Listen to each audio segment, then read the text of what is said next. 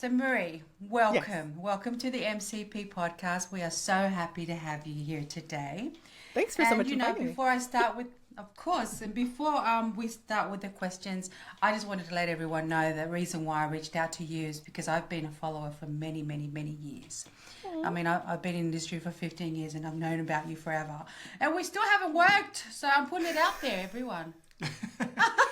Make it happen. No, for real though. Love your work, love what you stand you. for, love everything about it. So we just had to have you on the podcast. And just Oh, it how was exciting. crazy because I'm gonna be real, like helping Dawn with the deliveries that day, and then when I ran into you it was a trip. It was like, wait, oh my god. So like yeah, it was I was meant to see you and this was meant to happen. So that's how I see it. I love it. I don't argue with the universe. So, first questions first is we must know more about you. I would like to know if you could tell us a little bit about yourself, how you became a wedding officiant, and what inspired you to start and all of that fun stuff. Oh, okay. I love an origin story. I was a big Marvel fan and I've been a DC fan my whole life. So I love an origin story. Me too. Okay. So, right. This was back in the aughts. Okay. So this was back in the day. I was a very different person back then. I was incredibly religious. I was actually trying to figure out what to do with my life. I was thinking of going to seminary. I was thinking of becoming a massage therapist. Like I had all kinds of like healing kind of professions in my head. And at the time I was working as a server at a restaurant. And one of my friends who was getting married again. And we were both religious, and she was actually remarrying her ex-husband, who she had a kid with. So they had the Okay. big white wedding, and they were like, so we know how the church is going to judge us. So we really like you. Would you do the ceremony for us? And I was really moved. I was like, yeah, like, what? Yeah. Um, so took to the internet, became ordained online, and did the ceremony, fell in love with it, and then promptly moved on with my life because, well, life happens. And when you're in your 20s, you're not thinking about that kind of stuff. Um, Right. so fast forward to 2011. At this point, I was a full-time social media marketer and freelance writer. I had a kid, and I was looking for work that would not just keep me at home because I was so over trying to convince small businesses that like Yelp and Instagram were going to matter. They were not Right, buying it, and I right. was like, okay, forget it. I can't. I don't want to spend my time convincing people. I'm not that kind of person. Um, so I was like, okay, I like telling people like what's going to work and what isn't. So when my friend, she had launched a clothing line, and she had a trunk show promoting her clothing, and I went, and that's where she announced her engagement. Now this is like my oldest friend in the world, like the first friend I made when I moved to a new place in second grade, the one who taught me that like how to Nice. put on I eyeliner, like have that friends friend. like that. I have Right? friends Like, like that. so when she announced that she was engaged to a guy that we went to school with all throughout school, I was like, I'm sorry, what? Like, what? So we had a moment, and then I said, I am ordained.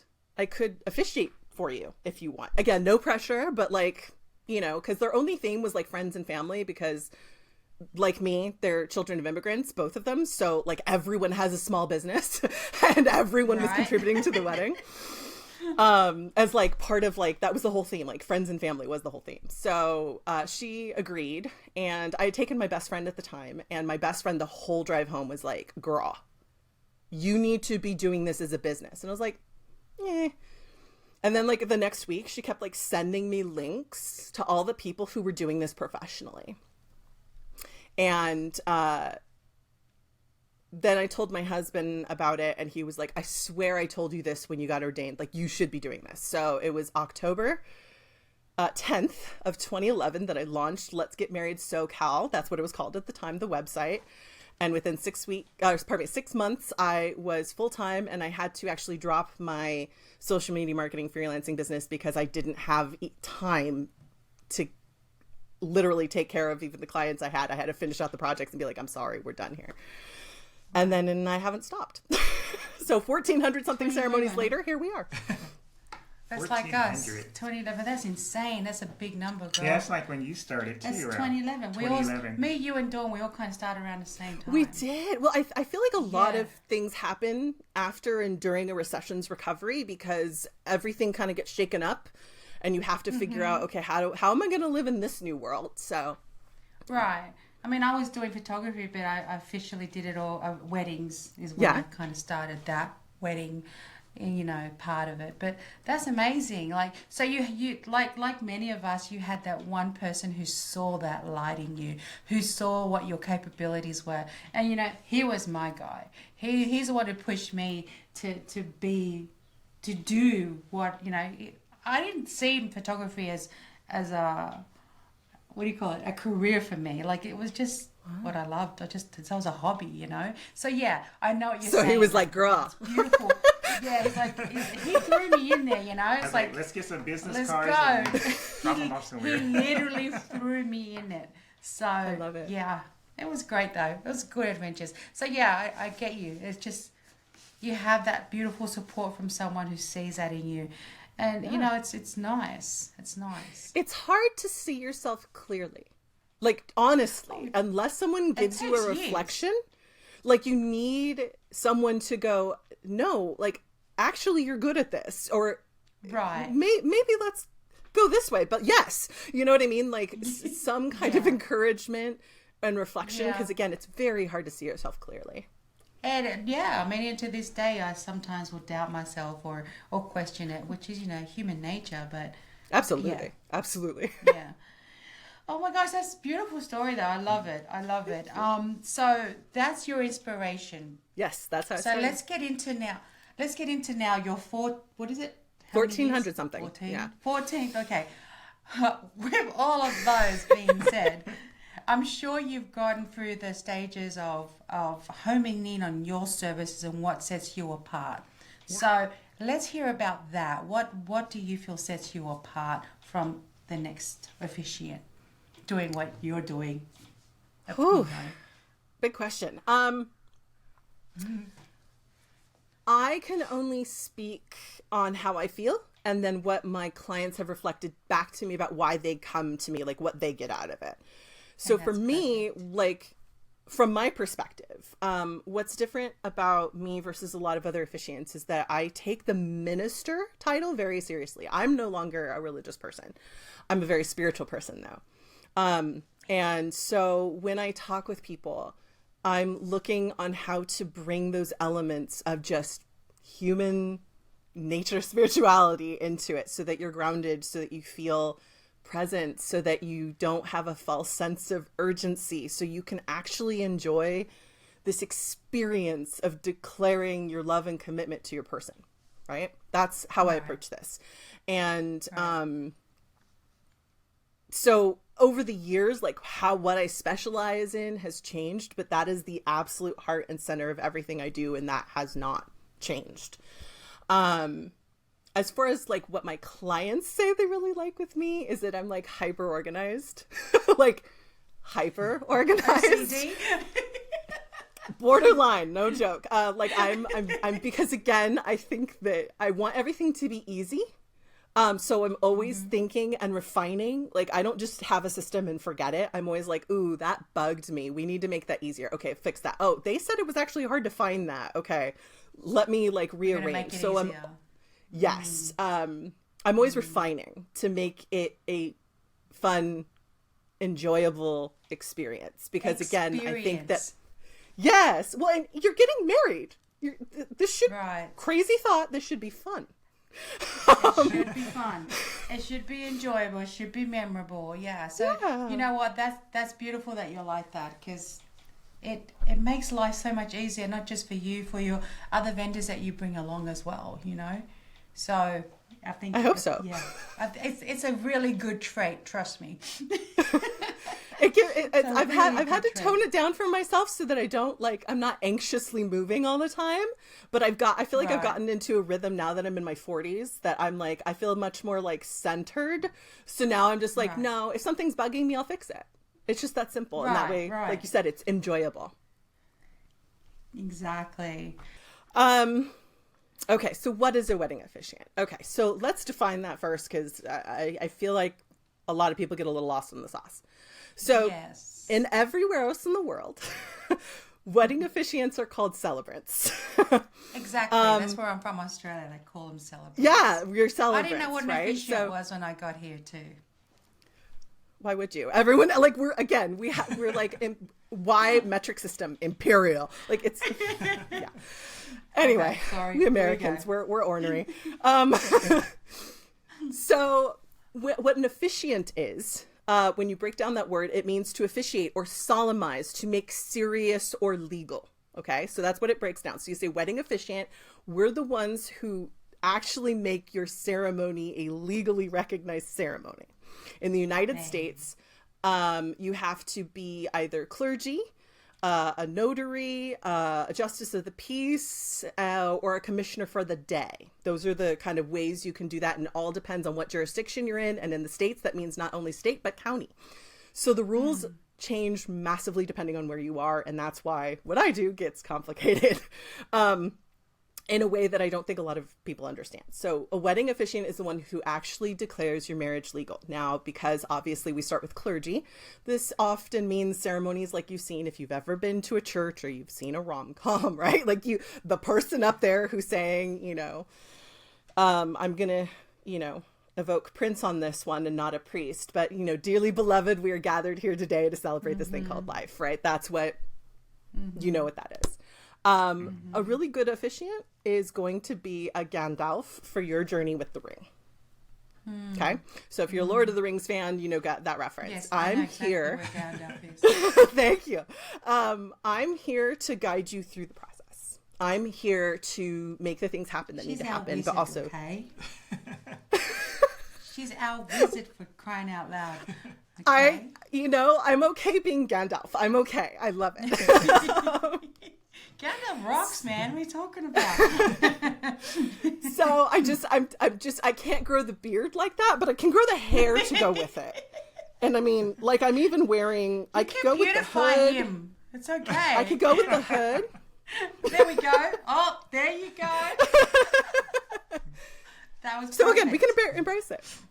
But yeah, that's our job, right? As a woman and a mother, I want you to think of this as that, like, really lovely maternal force that holds your hand as you do something big. Right. That's the energy that beautiful. you want that person to bring, right? It's guidance. You're not alone, but this is your journey. Do you know what I mean? Right. Yeah. Yeah. So yeah. that's kind of how I view the job when you're talking about, like, the kind of big concept of it. When you're actually breaking it down to, like, logistics, like, what do I do? It depends on what service you choose. I mean, I do everything from, like, simple marriage license signings, like, fast and easy, boom, boom, done, to, fully custom written ceremonies that I've spent hours and hours writing and perfecting. So that depends on the service range, but we perform ceremonies. We know cultural touchstones of what all of these different customs mean and who they might be for. We understand the implications of religious contexts, of cultural contexts, of navigating all of that, if they're good. When you're new, it's rough if you haven't had a lot of experience, but that's why, building community and having mentorships is so important so that noobs can be properly introduced into the fold so that, we can serve our clients well. Does that Yeah, that's answer it? perfect. Makes sense. It does. I mean, like, what's one of the most, how can I put it, common cultural ceremonies that you consider are probably one of the hardest to learn or to go over or to perform? The right So way. I feel I've that- got to find it. No, I actually think you described it well. Okay. I feel like the hardest ones are really when you're trying to mix cultures and religions, because a lot of my couples wish to honor their heritage, wish to honor their parents, wish to honor their elders, but also maybe aren't as religious or hardcore about it as their families. Right. And or looking to blend. I'm thinking of one couple. She is from India and he is from South Central. And so mixing this kind of very old school, like American Black church, you know what I'm talking about? Like, you know, Right. like, again, there's certain cultural touchstones of how that happens. And as someone who was raised in the IE and as a child went to a lot of Black churches and Pentecostal churches and Baptist churches growing up, like, I'm very familiar with the culture. So blending that with, you know, some Indian traditions of, you know, the 7 times around the fire and all these kind of things really requires being really sensitive and at the same time very, very open, saying, okay, here's my understanding of this. What does this mean for your family? What did you learn about this? Okay, bringing this in, what is, like, who's going to be like, oh, that's gorgeous? You know, is it only grandma? Or like, because if it's only going to be Nana, then, you know, we know who we're catering to. But if everyone has a heart for it, then knowing how to open that up and like negotiate those kind of liminal spaces. Liminal is a word I really love, which means those in-betweens, right? A doorway or like a hallway where you're not quite in its own space because it's supposed to get you to a different one. And that navigating that, I think, is more both difficult and interesting to me. Well, I like a challenge. I like trying to find the similarities between different religions so that people can see we have so much more in common than we have in our differences. Our differences are actually surprisingly small. Yeah, it's true. Yeah. As humans, I agree with you. Yeah. It's like, we won't even go there, but because you can get me on a whole other conversation on that one. I mean, I literally took to a pulpit for like a year and a half about it. You're fine. So what are the most common misconceptions people have about wedding officiants in your time? Like, what have you come across? I think the one that gets me the most is I just need someone to talk for 20 minutes. Oh my gosh.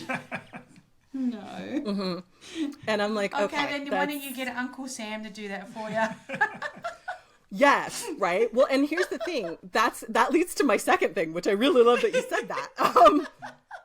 I'm the only one legally responsible for your marriage. Exactly. If my stuff is not in order, and this has indeed happened in the United States court systems, where if the officiant was not legally allowed to do what they did, you know, on wedding day and all of that, the marriage can be deemed void. Mm-hmm. Yeah, now, there's other implications to that, but again, I'm literally the only vendor that has legal ramifications around your marriage there. So knowing that, if you want to get Uncle Joe to do it or Uncle Sam, cool, but make sure they're responsible enough to be able to stand up in court and go, everything is indeed in order, and here you go, Your Honor. Right. And I know exactly how to sign. Or they forget to send the paperwork They in. forget to send the paperwork in, or they signed like in the wrong 20 years spot. later, like, oh. Or they wrote So- I know this. Okay, I can, like, literally for the first year of my business, I got so much business from people calling me 2 weeks before the wedding saying whoever their friend or family member was backed out last second and suddenly ghosted them. Oh my goodness. I got so much business from that. So, Okay, that was a blessing in disguise for you. I mean, look, it worked out for me and my couples ended up happy, but that's one of those things that when people talk about this, I actually have like a blog post on my website that talks about, okay, if you should have a friend or family member officiate, because I'm not against it, to be clear. That's how I started, obviously. It's more about making sure that that's the right choice for you, that they're responsible, they're going to take care of you, that kind of thing, and knowing what the rules are so that we're not, you're not getting yourself into a terrible situation, you know? Right. I agree. Yeah, that's great. That's great advice. I love that. Okay. Let's go next to working with couples. Yes. So, how do you work with couples to understand their vision for their ceremony? I mean, like, what's your workflow or your approach, you know, to understand their vision and so you're delivering exactly what you feel is the right way to deliver and they're obviously happy with? I love that. So I have kind of two different lanes that my services kind of live in at this moment in time, because it has changed several times over the years. I have one lane, which we're going to call the easy lane. Okay? This is for people who are stressed out and cannot spend more time on anything. Which I kind of feel there's a lot of people right now. Yeah, they're just done. They're fried. And they were looking for something really beautiful and personalized, but they don't want to necessarily tell their whole story of how they fell in love. Like, they want something really beautiful and simple. And yes, a detail, but they want to trust that a professional has it taken care of.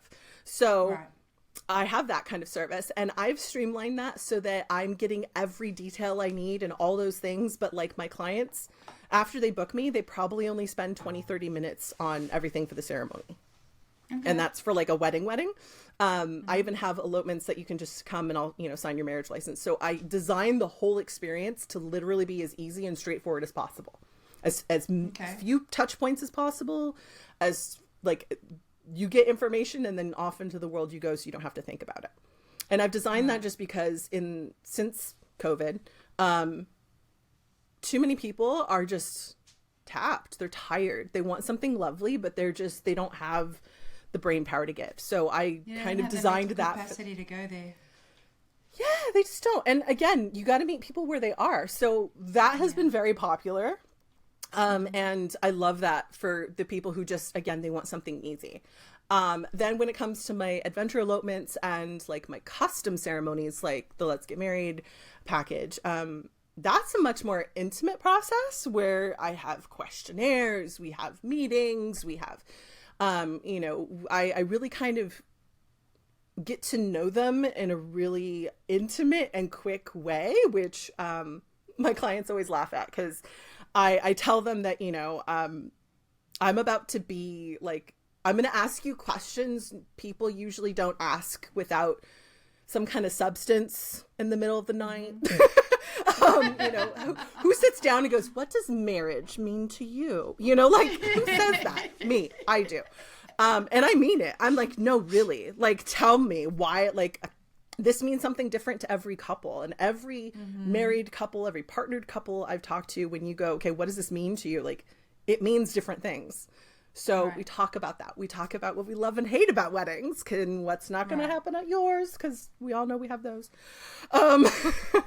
So we do. Right. Especially pros, man. Ooh, I've been very, very lucky that a lot of like wedding pros have chosen me to officiate for them, which I bless you all. I love you. And we all have our preferences. We're like, don't talk to me about that. I don't want to, like, that's not happening. And it's so funny to hear who has what feelings about what, because, and genuinely and truly, no judgment, I have some people who are like, I swear to God, if I see another sand ceremony, I'm gonna punch somebody. And I'm like, okay, no sand for you. And other people are like, okay, I have these crystals and we're all gonna hold hands. And I'm like, I love this. Like, keep talking. okay. Like, what are we doing? So knowing kind of what you want is a big part of that. And I know how to ask questions so that people start thinking about that in a way that maybe they didn't think before, and that just comes with experience. I mean, guidance, 1,400 right? of these. That's where the guidance comes too, Yeah. I had a good mentor. I had a really good mentor. Oh, that's good. Well, I didn't have a mentor. I had to learn the hard way. But Girl, as far as elopements go, huh? You're a trailblazer then. You're a trailblazer then. If you didn't have guidance, you blazed the trail for others to follow. Zero guidance, but that's where I want to guide now, people. So yeah, because elopements to me are a whole different ball game to particular weddings, because it is a lot more personable experience, and and the officiant does have a big say in that as much as the photographer does. So to me, it's like when you how you explain the officiating for elopements, it is a whole different ball game. It is more personable, way more.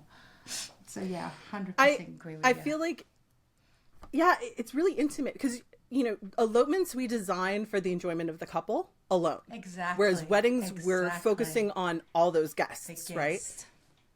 So elopements, writing a ceremony for just a couple alone in the Redwoods is a completely different experience than And I doing, feel like it's something more at the Houdini satisfying. estate with like 200 people. That's insane. Like, very different experience. Yeah. And I feel like location becomes also a really important kind of character in elopements sets in a the way that's mood. very different. Yes. Again, the couple in the Redwoods, very different experience than a couple I've performed for in like Death Valley. Like the Right, different right. experiences. Yeah. Right. Totally agree with you there. All right. So, what's the most memorable of wedding that you have officiated? Either that could be wedding or elopement. And what made it so memorable for you? I know. Out of how So- many?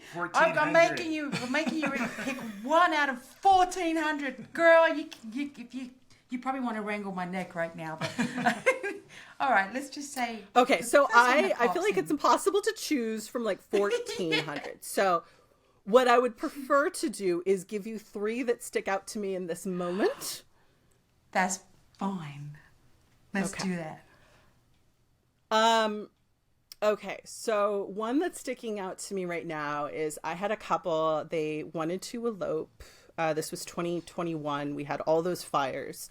They originally wanted Big Sur. We had to move it like 2 months before, ended up going up to Sequoia Kings Canyon National Parks. Right there. Snow on the ground. It was just the 2 of us, or 2 of them with me and our photographers. And they were just really sweet and nerdy and quiet people who just love wanted that. to get away from it for a little bit. And the ceremony was really lighthearted. And we even did like a tarot reading with their like Lord of the Rings, like Hobbit tarot cards in the middle of it. It was adorable, and it was one of the elopements that I think kind of reconfirmed to me after COVID that I still was doing it for love of the game. Do you know what I mean? Right. Yeah. And they don't know We've all that. been They, there before. yeah, it was 2020 was rough. But we made it through. Thank goodness, because a lot of people didn't. Yeah. So yeah, that was like, I think it was in 2021, and that it really reinforced to me that like I do love what I do, and it's still with me through all of the difficulties. So that was really lovely. I did a ceremony 10 something years ago in the Chino State Prison Yard. Oh, wow. Okay. He was about to get out. He was about 6 months away from getting out, and had completely just decided like, yeah, I'm changing my life. And I've actually heard from them since, and well, like right after he got out, and they were married and they were living the life that they had been dreaming of. So that was really beautiful, because again, I think too many times we only think of the big white wedding dress and like the ideal situation in which to get married. And that was, it was very humbling and inspiring for me, because, yeah, I grew up in the IE, so I've known a decent amount of people who've been affected by our, criminal system. So that was powerful for me. Right. And then, I think the other one that I would want to mention, last year, I did a really beautiful ceremony. Actually, for a photographer friend of mine, he got me when his sister decided to get married. He was like, "Girl, call Marie." So she did, and they really wanted to get married, and they kind of didn't like they weren't really like dreaming about their wedding. So but the one thing they wanted is they wanted grandma, who I think she's in her 90s, and basically confined to bed, to be there. So they went to her retirement home and had the ceremony in the courtyard. Oh. And it That's was beautiful. it was all of the residents were peeking through their windows, watching, and they applauded after they kissed. And it was such a gorgeous show of humanity and care, and really understanding that beautiful. the vision can be around people, not around a vision board. No, that's beautiful. That touches my heart, that one. That one's nice. Have you ever had a couple that was really unsure about what they wanted? And how did you process that, and how did you deliver something where you open their eyes? Like, is there a certain couple that you can remember where they're like completely lost as to what they wanted? How did you navigate through Yes. that? Yes, it does happen. One part of it is asking really good questions, right? Just saying, well, what do you want is too open-ended. And so I kind of go back to how I treat myself when I'm really overwhelmed, which is I talk to myself like a toddler. I know that sounds demeaning, but the thing is, that's where your brain goes when you're tired or you're overwhelmed by something and you just can't pick. So it becomes, okay, do we like to have someone say something in addition to me, or do you want just me talking? And it's a little easier to conceive that and go, oh, actually, I think I just want you as the officiant talking. Okay, great. We already know we're not going to ask anyone to do a reading, but we might include a reading for me. Great. Okay. Now, is there anything that really matters to you from your family traditions? And, you start getting, no, actually, I don't think so. Or actually, you know what? One time, giving people space and asking specific questions. And then when people get stuck, giving a simple either or that is easily reversible. Do you know what I mean? Yeah. Because at any point you can go, actually, no, wait, I'm going to go back. I like that. And that way people don't. About it. Yeah. Well, and give them the time and the space. Because a lot of times I think people feel like they have to choose between things and they don't even necessarily know what they are. So me taking the time to go, okay, let me explain what is the purpose of a wedding reading. Okay, let's talk about that. Let's talk about the emotion it should evoke and see, is that interesting? Do we like that? Or is that like more than we were going for? Okay, if we've decided it's more, okay, let's talk about, unity options. What are they? Why would you want to include one? Do you find, like, if your instinct is like, I find that hokey, that's an immediate no. We don't have to explore it further. That's okay. And if you're like, oh my God, I want everyone sobbing, like, okay, now I know where to go. But also, I want them to cry. I've had people declare that. They're like, if there's a dry eye in the house, I'm going to be mad. I'm like, got it. But again, knowing that, and also being I have to create enough of a safe space for them to feel comfortable declaring what they want. Right. That's important. Yeah, because again, you don't want to tell someone who's going to judge you.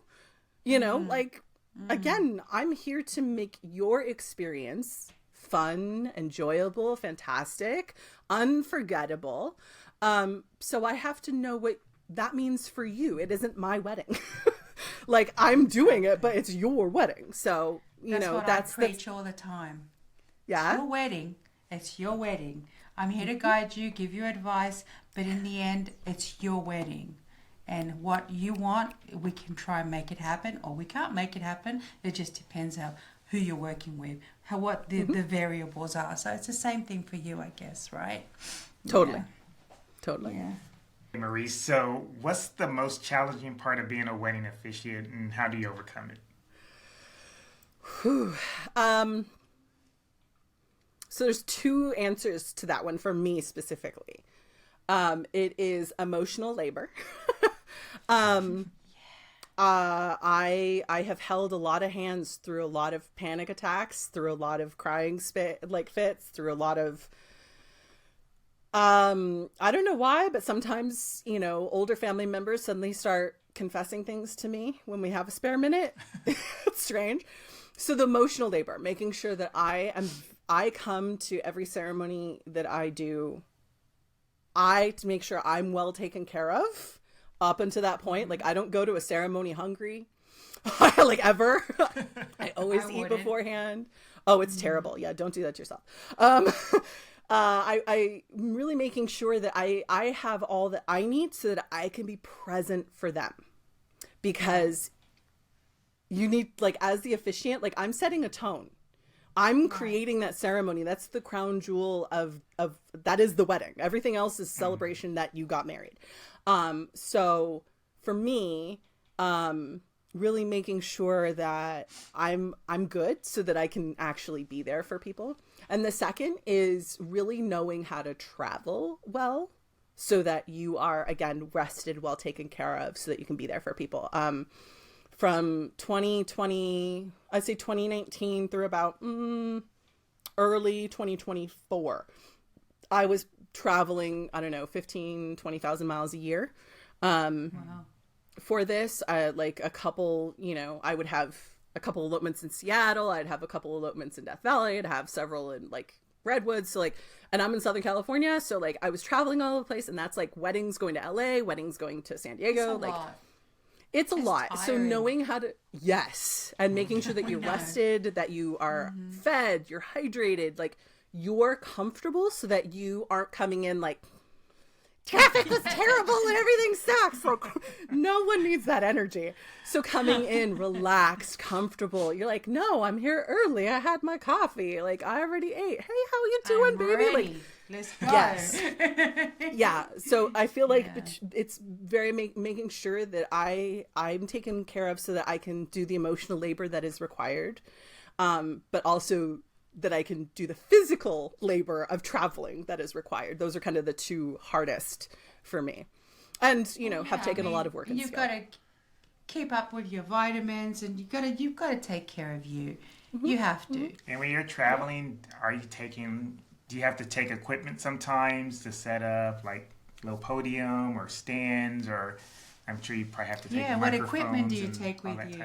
I love that question. So I actually use Kindle Paperwhite as where I put my ceremonies. I upload them on there as PDFs so that it's always backlit. Nothing flies away. There's no beeping and booping. Right. So that's about it. But when it comes for like elopements, sometimes like I specifically with elopements, I never have setup.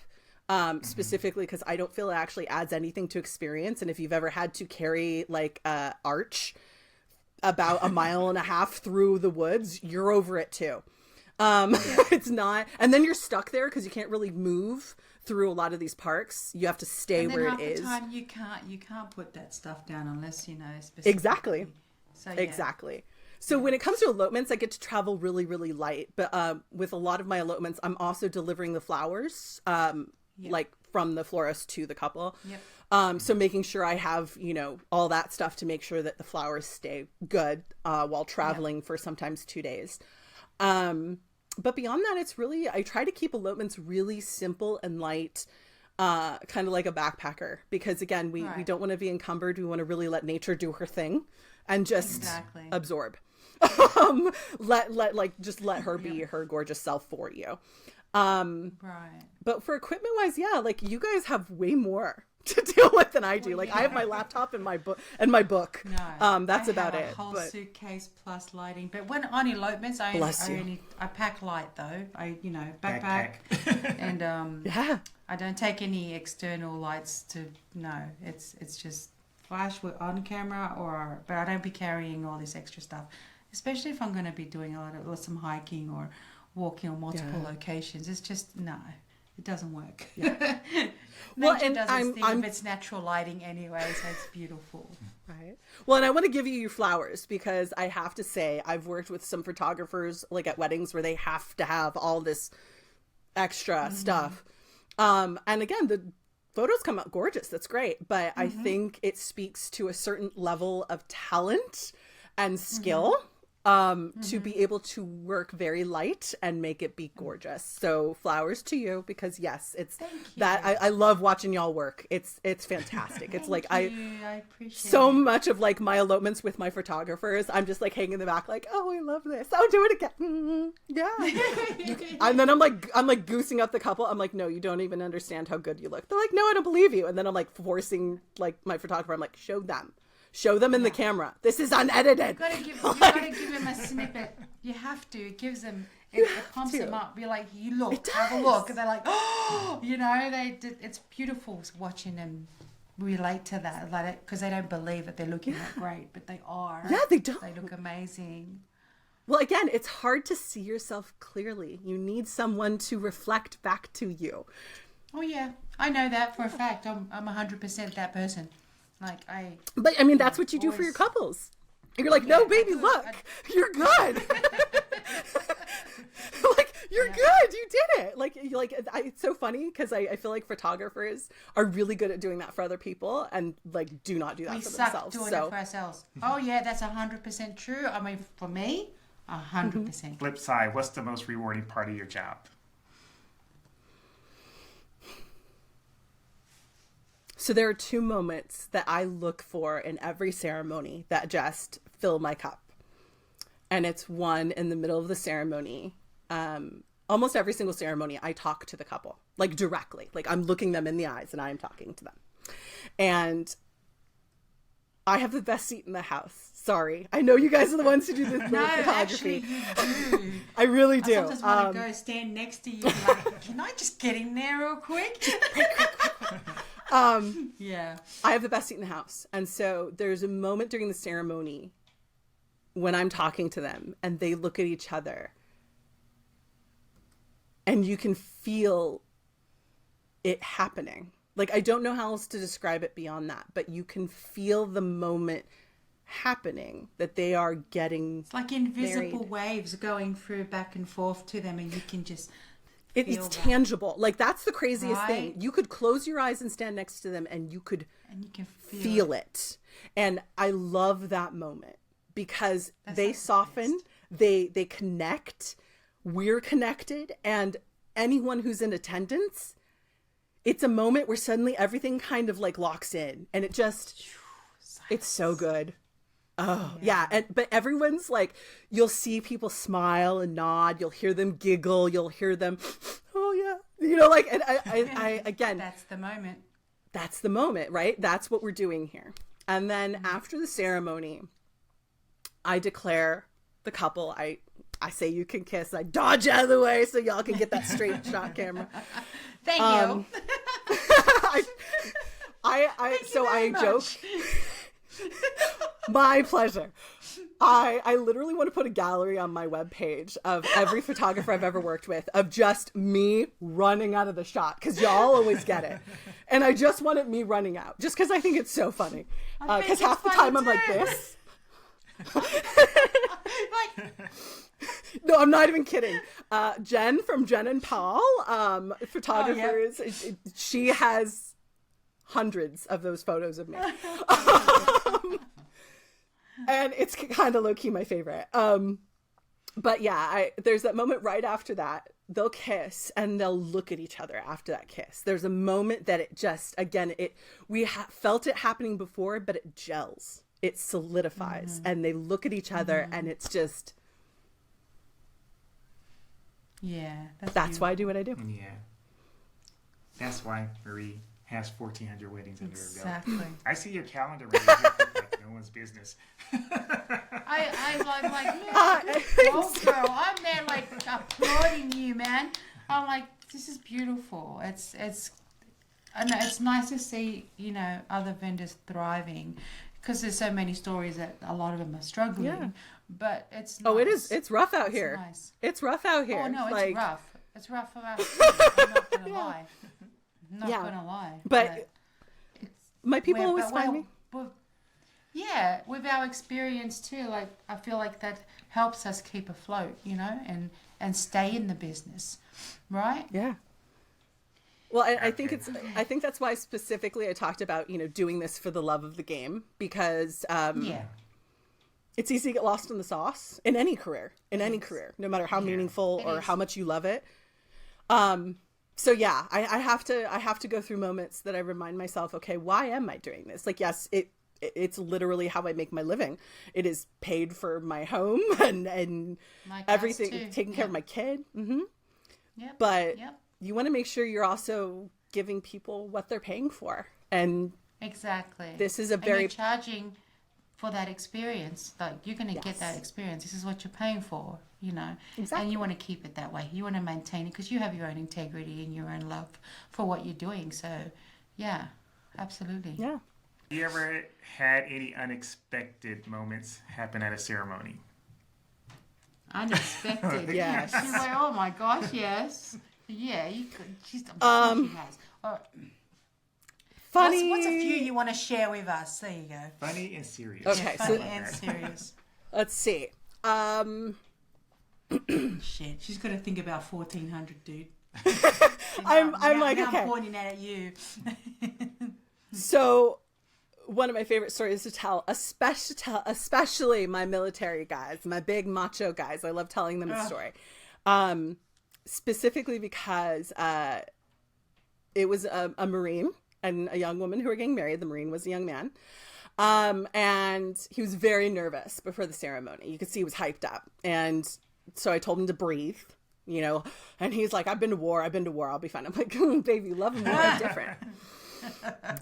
You're not prepared. I know you think you are. You're not. And we get up there and he passed out and I caught him. Like, totally, like, dropped to the ground. Like, looked at me, went, and I'm like, I literally caught him like this. And oh my goodness. he immediately came to, and we sat him down, and he was like, keep talking. I'm like, I need you conscious. Like, I can't perform a ceremony for an unconscious person. So we got him water, and I mean, he's a Marine. He was like, I'm good. I'm like, no, sir, you are not. So we had some water. We sat them both down so that he didn't feel awkward sitting. Had a moment, and he recovered. He was okay. But yeah, he locked his knees. He just didn't realize he had locked his knees, and he was feeling nervous, and it happens. So that was surprising. Another time, a groom, he was very sweet, very, very, very shy. So when it came time to put the ring on, and the line was, right, the ring vow was, and they always repeat after me for this part, he puts the ring on and he's supposed to say, this ring is my sacred gift, with my promise that I always love you, cherish you, and honor you all the days of my life. That's what we're supposed to say, right? So I say, this ring is my sacred gift. And he puts the ring onto her knuckle and says, this ring is my scared gift. Wait, what? Like, just panicked. We all had a good laugh, and I said, sacred. He said, sacred. I meant sacred. And we all just had a good laugh and then continued. And I love giving that story because mistakes happen. And as long as you laugh and go with it, it's fine. Like, genuinely, the world does not end. Promise. Right. You're still married. Right. We have a laugh because it was a funny moment. It's a very human thing. You know, to err is to human. Like, that is it. Yeah. To paraphrase.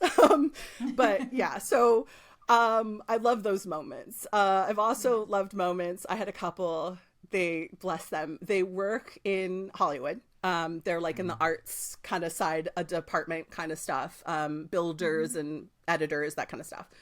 And in my questionnaires, I always say, whatever you put here, I will use for ceremony. So know that. Beware. So when I asked, you know, what's your favorite feature of your soon-to-be wife's, he put that ass. So guess what I said during ceremony in front of about 5 drag queens, and I don't know, 60% of the audience had to be queer. Like, I love them all because as soon as I said that ass, everyone started applauding and cheering. So I love those moments. I love surprises. Because again, you roll with it. I mean, I've had everything from a fire break out to a bee try to attack a allergic bride. OMG. I mean, after 1400, you experience some crazy things. I've been on the news. Like, Fun. Yeah. So you just, I love it. You roll with it. Those experiences. I love Marie's it. got stories to tell. You got lots of stories. You're going to have to write a book one of these days. Yeah, you My should. life as an officiant. I've been playing with something like that because I'm like, I feel like now I'm in that like phase of my life where like I'm solidly, beautifully in middle age. I'm very happy about this. My silvers are starting to come in. I'm proud of her. Look me, honey. Look at me. Yeah. I'm letting mine grow I'm like, out. I need a little more. I need a little more. I want like a rogue, you know, from like X-Men. Yeah, mine's almost there. I've got one going. I think it's so beautiful. I love it. I'm dying to get that. But yeah, I'm settling into this concept that, like, especially as a queer person, that I am an elder. Yeah. You know, the AIDS crisis killed a lot of our elders. So Yeah. I am a queer elder, and being able to tell those stories and mentor and teach people on their way so that they can figure out how they want to do things. I think I'm really kind of settling into a place where I'm realizing I think that's where the direction I'm going in. You should totally good. do it. I'm also in the midst of writing a book. You should totally do it. For real. Yay! Are you writing a think you book? should. Oh, that's so exciting. Yes, so am I. It's a wedding base too, though. But I'm writing it. I started it how many I years love that. ago? Years ago. Years ago, but I put it down. Haven't touched it since. But I've been like revisiting. I'm like, you know what? It's time to pick up that book again. So That's exciting! Congrats on the beginning You of your too, though. journey. But Thank you you. too. You should totally do it. Please tell me you're doing it. I'm- In a year's time, I'm I'm- going to ask you. Okay. I'm it's so funny because I have kind of a project in mind, but I'm not sure what it is yet. We'll see. Okay. Cool. Okay. All That's right. good. So, what are some of the biggest trends you're seeing in weddings right now, especially in Southern California? Okay, so it's really interesting because we are recording this in March of 2025, and I started in this business in October of 2011. Now, those of you who are not in Southern California at the time, and I'm sure you can attest to this, we were still really hard hit from the 2008 fallout. Yeah. The Inland Empire was barely recovered, like barely beginning recovery at that point in 2011, 2012. It really started to pop off and like get better around 2013, 2014, somewhere in there. But I mean, it took some time. Many years, So yeah. I'm actually noticing that a lot of the trends that was really, really common and popular back when I started are starting to come back around. My simpler ceremonies, the ones that are not taking much brain power, those have become insanely popular because people are they're just maxed out. Like financially, emotionally, mentally. You know, everyone's just like, please give me something really lovely. I need something to celebrate, but I can't, I don't have tons to pour into it. So I'm noticing a trend of that. I'm noticing elopements are happening, but you know, during 2021, 2022, 2023, I was doing tons of adventure elopements. Like I was practically living was in I. national parks. Yeah. That's quieted to next to nothing right now. There's a lot of local stuff though, which is really interesting because for several years I was hardly ever home. And now everything's local, which I'm not mad about. But it's Yeah, it's a we need a shift break in too. kind of right. It's a lot of travel. Travel's super fun, but it is exhausting and it can be really lonely. So you know, being able to be home more, kind of hit all my old stomping grounds. I'm noticing a lot of venues that I haven't worked in several years. I'm working a lot again. So it's kind of interesting and just, I think there's a lot of people trying to stay close to home just because everything's so wild and Expensive, unstable right? politically. Inexpensive. Right? But also this return to like the heart of the thing, the simplicity of something. So I'm noticing a lot of those trends right now, which is, like I said, it's interesting. It's not like it was when I first started, but it has like echoes of it. Does that make sense? Right.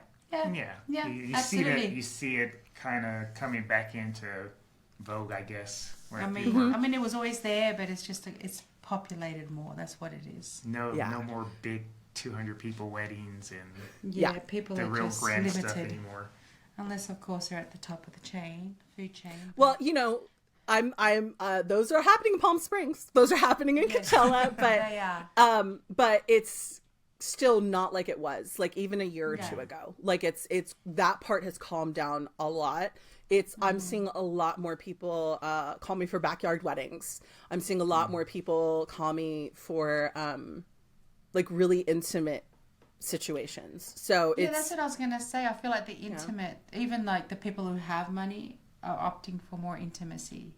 I feel absolutely that's where the changes come about.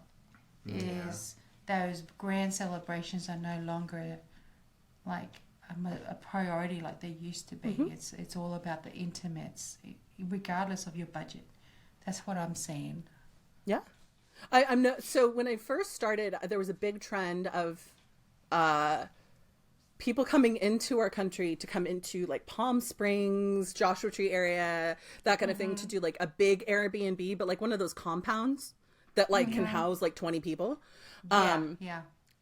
Everyone stays there for a week or a weekend. Right. And that's where the ceremony is. And I've noticed that has come back super hard. So it's things like that that I'm noticing that, again, it reflects more about spending time together, more about, the experience of it, keeping it simple, not necessarily producing a lot of physical things. Does that make sense? Like, because a lot of people, they're like, I don't know what to do with like, you know, the 100 leftover favors we have. Like, so that's changing.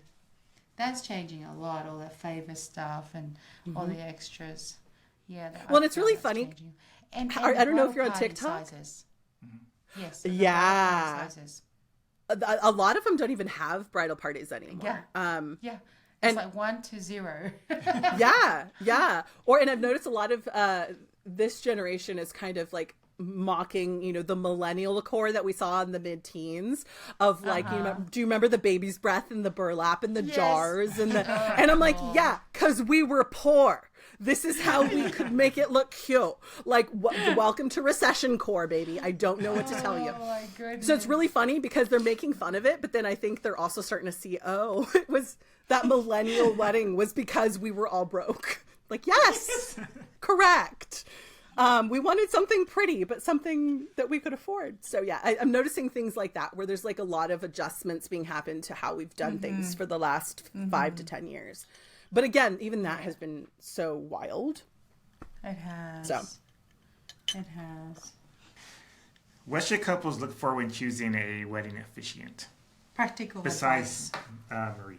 Besides Marie. Look, I'm only one woman, and I am definitely not for everyone. Some people find me to be a lot. I like to describe myself. I have 2 sides of my personality. I am either a black cat or a golden retriever. You get both with me. So, which is really funny because I have a chocolate lab, and I feel like she embodies that really well. Yeah, she's actually gorgeous too. I think, yeah, you better. Yes, all right. Yeah. Yeah. She's gorgeous. Okay, sorry, go ahead. No, you're good. You're good. Okay. So first off, it needs to be someone you feel comfortable with. This is, again, I'm probably saying advice that few people say, but trust yourself. Trust your gut. If the vibe's off, the vibe's off. That's it. End of story. Because again, this is a strangely personal journey you're about to go on. And the person who officiates, who officially marries you, you should feel not just welcome, but you should feel safe and comfortable in their presence. Right. I agree. Like, You do. let's You start have there. to vibe. Yeah, 100%. totally. You have to vibe. 100%. And then I think you want to look for, do they know how to give the kind of thing you're asking for? So what I start with is I ask, okay, what's the vibe of your wedding? What's the vision? And don't tell me about colors. Colors are really great. That has I want nothing you to do with tell me. Well, and the thing is, visuals help me a lot because, again, I get what you're going for. But what I want you to tell me is when I'm gonna quote exactly what I tell my couples during our consultation. Okay, I say I want you to close your eyes. I'm gonna have you 2 do it. Okay, I want you to close your eyes. I want you to imagine you're holding hands and your wedding day best. You have closed your eyes to take that deep breath before you start saying your vows. What do you want to feel? That's how I ask it. Because now you're like, oh, I want to be excited, or I want to feel really peaceful, or I want to feel everything. Like, all of those are valid, and a million other answers are valid. But knowing how you want to feel tells me if I can make that happen for you. Yeah. Got it. And I sometimes like I that. have had couples tell me like, oh, I want to feel this. And I'm like, I don't think I'm the right one for you. So like I had one That's good. young woman, she was like, I just want it to be done. And I was like, I'm not the one for you. I'm sorry. And again, I get anxiety. I do. But Hello. again, Wow. and I offer that because I know a lot of people go, well, do you ever say no? There, yes, I do. There we go. You notice the red flags. I know. That's my flag. I'm out of here. And for couples, like, you need to trust when you see a red flag. Trust Yeah. it. If yeah. you if you are culturally Catholic and you're talking to officiant who don't know what the aras and the lazo are, All right. You're like, trust they don't understand the culture, and trust that's not a good fit. Like, trust your gut. Trust that red flag. Like, and it's one of those things that I think we often kind of tell people, like, just a simple checklist. And it's like, you are human, and that subconscious of yours is wildly efficient. Trust it. So what's one piece of advice you would give to someone who's considering basically doing what you do, becoming a wedding officiant? One piece If of I advice. said, Marie, I want to be a wedding officiant, what would you tell what's me? the one advice you would give me to do? Like, that's 100% important before I even do anything else. Before even considering it. Like if I just said, Besides I'm the thinking paperwork, about it, Yeah. what would you tell me? Are you okay having a job in which there is no sick days? Oh, that's a good one. Yeah. Because I don't. I've literally I've done a wedding while I was passing a gallstone. Oh, God, girl. The couple didn't know, by the way. To this day, they still don't know. But I have, like, officiant friends that I can pass off to, and they pass off to me in emergencies when we have time. But the reality is, you commit to that day, you have to show up. And in 1400, I have not missed one. Oh, man. And that's why I kudos have to the. you. Thank you. It's been there's been sacrifices to make it happen. So, making sure you're okay with that, and if you're not, what is the backup plan? Like the one that you always have, like ready to go, so that their day is not ruined by you not being able to show up. All right, final question. What's next for Let's Get Married by Marie? Any new services, projects you're excited about? Yeah, let's advertise that to the world. They need to know what's going on. Let's do this. Well, it's a very strange time right now. We know. Yeah. So I'm in the middle of kind of retooling everything, and it's a lot of new starts and new beginnings for me. So I'm playing with a lot of different expansions on the ministry of what I do. But I haven't, it's still, how do I describe this? It hasn't been put out yet. We're still Got it. cooking. It's still in the works. There you go. It's still in Yeah, the but works. if any of you listening ever actually listened to my old podcast, Drinks with the Minister, that will be coming around, but not at all in the format it used to be. I have several things in the works. It's just, again, it's still being formulated, but stuff is coming. A lot of stuff is coming. Beautiful. They should just follow you and keep up with the Yeah, so follow your social media. when to it's keep up. time to do a launch, we'll have you back on here. I'd love that. Yeah, and actually, it's funny because I've gotten off of almost all social media except for TikTok, simply because Social media it's been sucks. wild. Sorry. Yeah, saying it. I used to love it. I used to teach it, and I kind of low-key hating going on there now. So I'm trying to find other ways to connect with people, and all the posts I used to do, like on Instagram, I now just do on my blog page, so you can always see That's what like we do. what vendors I work with, and I'm finding that to have a much better ROI and a better client experience for is my better. clients. It is. Yeah. 100%. He's an SEO I head. think the podcast we did the other day kind of goes over that. Yeah, it does actually. Yeah? The one Marielle and Dawn did the well, other then day me and Dawn about did. social media, diversifying past social media. Diversifying past it. Yeah, we had a chat about that one. And it's just a matter of educating, I think, letting people know that you shouldn't be relying on social media. Like, social media is so bad for you. It really is. Well, it's strange started out because as a good thing. It became kind of Well, toxic. It's toxic. It can be Well, and positive, but toxic at Yeah. the same time. So, Yeah. you know, Many things can be and true at if- once. Yeah, and like relying on that one thing is not good for your business. Period. No.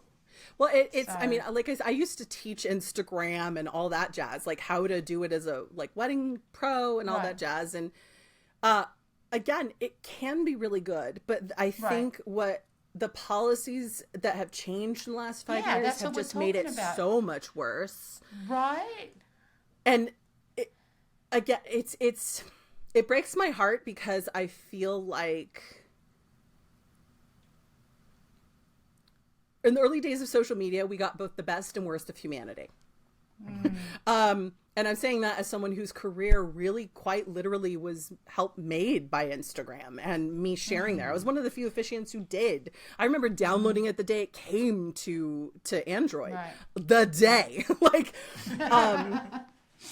I again, it changed my life. I mean, I wouldn't have connected with nearly as many people as I have without it. But at the same Right. time, like you said, building on land you don't own, girl. Like, Right. Right. the website's the only thing you actually own. Yeah. That's exactly So what knowing we that- said.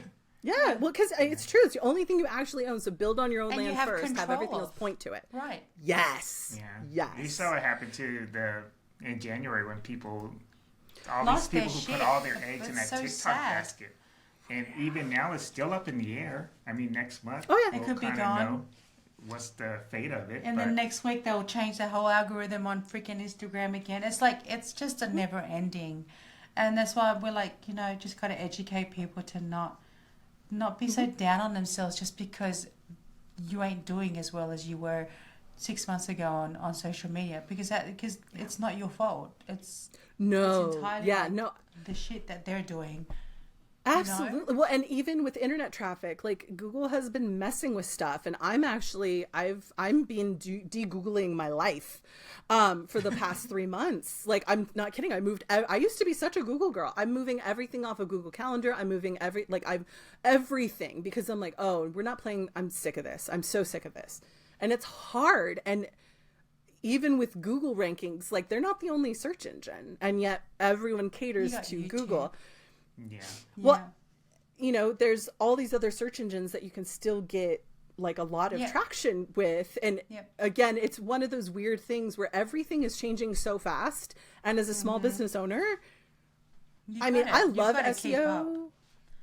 Yeah, but like at the same time, it's so hard. So I understand people's frustration, and I think that's why it's so important. Podcasts like this, where we keep talking about it, Yes. we keep updating people, we keep Yes. trying to break it down to And that the simplest human portions. connection, even though it's through a screen, it's like the human connection has, in my personal experience, I feel has changed so much. People are afraid to get on a damn phone call.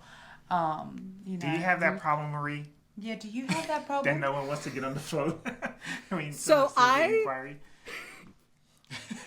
I am like straight Okay. up. I have that issue. I force it. Yeah, Okay, so I make sure that they want to get on, but Yeah. they're still like, no, I prefer text. I'm like, well, we need to talk. So it's like, why do I have to keep going back and forth asking you for a damn phone call? Hello, just pick the phone up. oh, girl, I literally won't do it. Like literally, I have it where you fill out the full information to get information from me, and it has a link to schedule a call so we can chat. And Yeah, people try to so do text me, I. and I'm like, that's great, so interesting. I would love to talk about this. You can schedule that time with me here. Like, I make that really clear because one of the things for me, you hear that big 1,400 number. Early in my career, I was doing 120 to 150 weddings a year. Now it's more like 75 to 100 on a really 'Cause you busy need, year. 'cause you need your sanity. It's underrated. It's really underrated. I'm just saying. Like, it's really sanity, wonderful to girl. have. But the thing is that it's just me. So You don't I have have like a to- team of officiants. It's just no, I used to. It's just me. So every call, every email, every text, It's all every you. ceremony, it's me. So I make it really clear. You have to, like, if you want me, we have to have a consultation. And I will answer you know what? all your That's funny questions in that 'cause- one talk. That's what I was thinking about the other day. I hadn't told Mariella yet, but I was thinking maybe we should put that in place. Like, if you want to talk to us, you need to get on a phone call. We can't do this back I and mean, forth with I texting. put schedule a call, but I give him the option. So now I think I'm just gonna have to change. No option, just do it. Yes. And Well, half and of I them don't want to. yes. And but again, then it's like, okay, that's okay. Yeah. Because I'm at the point where I'm like, I don't have the space to text 4 or 5 different couples over At a a bunch of time, stuff right? that if we had sat down for 10 minutes to talk, we could And get it this would have been through. done. Yeah. And again, I also like to gosh. pose it this way so that people understand what I'm saying. I value time as our only non-renewable resource. So I would rather that we get on a call and if I have to explain something a dozen times, I would rather explain it together so that I understand what we're not getting here so that you have the clarity you need. I believe clarity is kindness. So I will I'll be like, no, I want to make sure I give you all the information so that I don't waste your time, so that you're not getting this random text, so that I'm not having to, so we can just get it taken care of. And that way you are free to just go live your life. Because I personally don't have the space to divide between a dozen people in a day. I just don't. So Yeah. help me help you. And if you want to chat, we will cover all this in 20 minutes right here. You can schedule it. Exactly. Yeah. You can just get it all done. Yeah. I'm gonna do that. I'm gonna go implement it. I've been making a lot of changes on my site this past 3 months. Yeah. I'll just keep going and okay, no, I'm gonna make that better, because my Yeah. workflow needs to better up as well. Been doing it for long Yeah. enough, but I just need to change things. Well, and it's funny because even systems that work for a long time, one of the things I've really had to reconcile myself to as a creative and as a business owner is that even if that was working before, like, it's time to refine because it's not working now. Yeah. And that's okay. Right. But 'Cause we have all these- change. Yeah. And your needs change. change and your schedule changes Yeah. and, Yeah. a million We things. have So to. We have to. yeah. And I'm proud of you for doing that, because really looking at your stuff and going, okay, this is driving me insane. How could I eliminate that? Or how could why am I doing this 3 times? Like, I don't need to do that 3 times. Like, Right. and at a point there was a reason for that, but that reason no longer exists or changed or whatever. So yeah, I'm proud of you. It's hard. It's really hard. Oh. Well, it was nice having you on. I'm glad you decided to come on and take the time. We learned a lot about wedding officiant. Actually, I've learned a lot more. I've got a wedding officiant friends, but they've never really sat and told me. I've gone to so many, obviously, weddings with officiants, Yeah. but you don't really get a chance to talk to them either on the day of. You get a quick photo. Yeah, we're all and then busy. they're out. Right? So that's how it works normally. So yeah, thank you so much. You've taught me a lot today. All right. And Appreciate how can it. people find out more about you? So let's tell let's everyone how they can getmarriedbymarie.com. find you. Let's getmarriedbymarie.com. It's all there. I have links, I have videos, I have ways to schedule a consultation, blog posts, and anything that will be upcoming will be posted there too. So Beautiful. Nice. Beautiful.